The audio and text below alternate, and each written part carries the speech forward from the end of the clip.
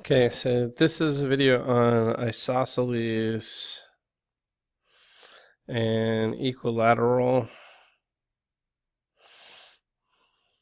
triangles. Okay, so a few classes back we got the isosceles triangle theorem.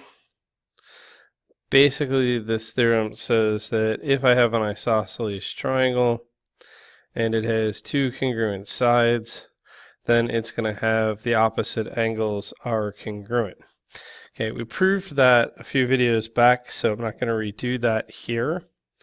We do get a couple of corollaries from that.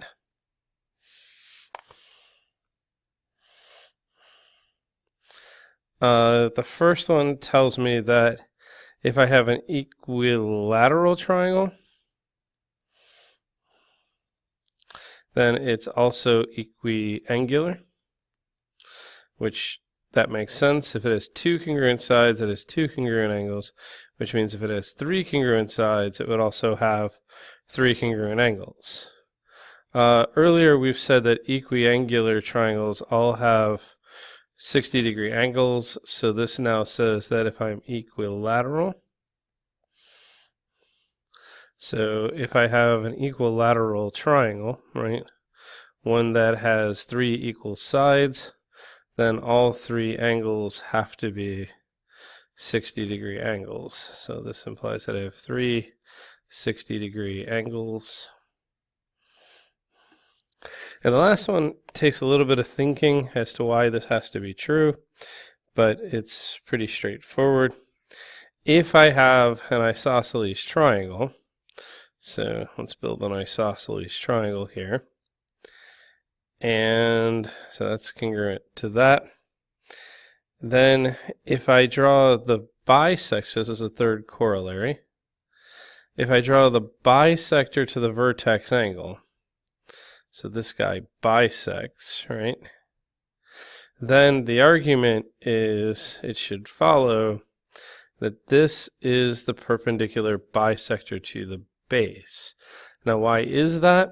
Well, if this thing bisects up here, then this is congruent to itself.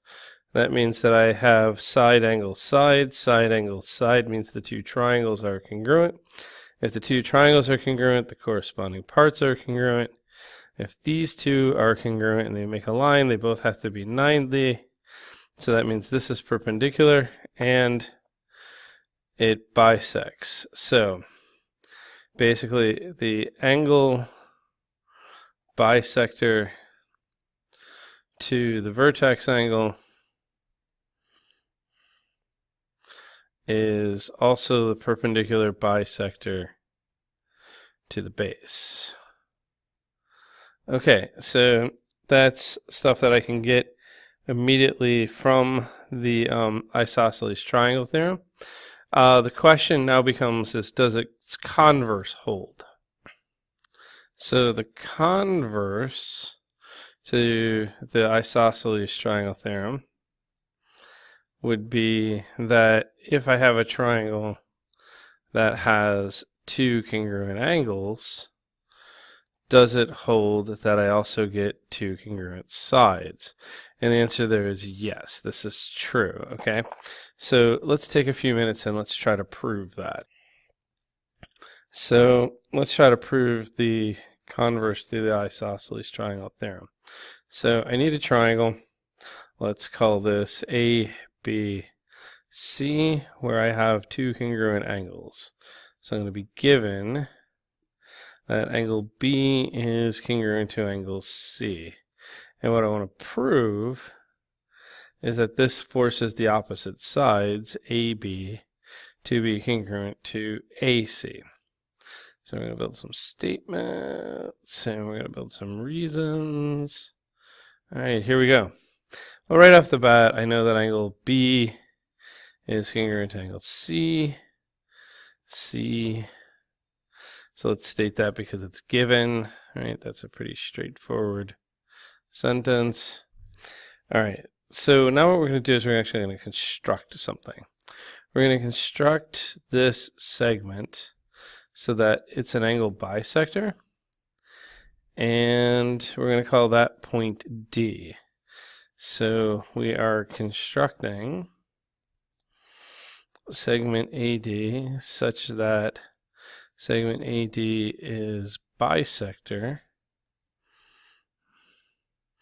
to angle BAC.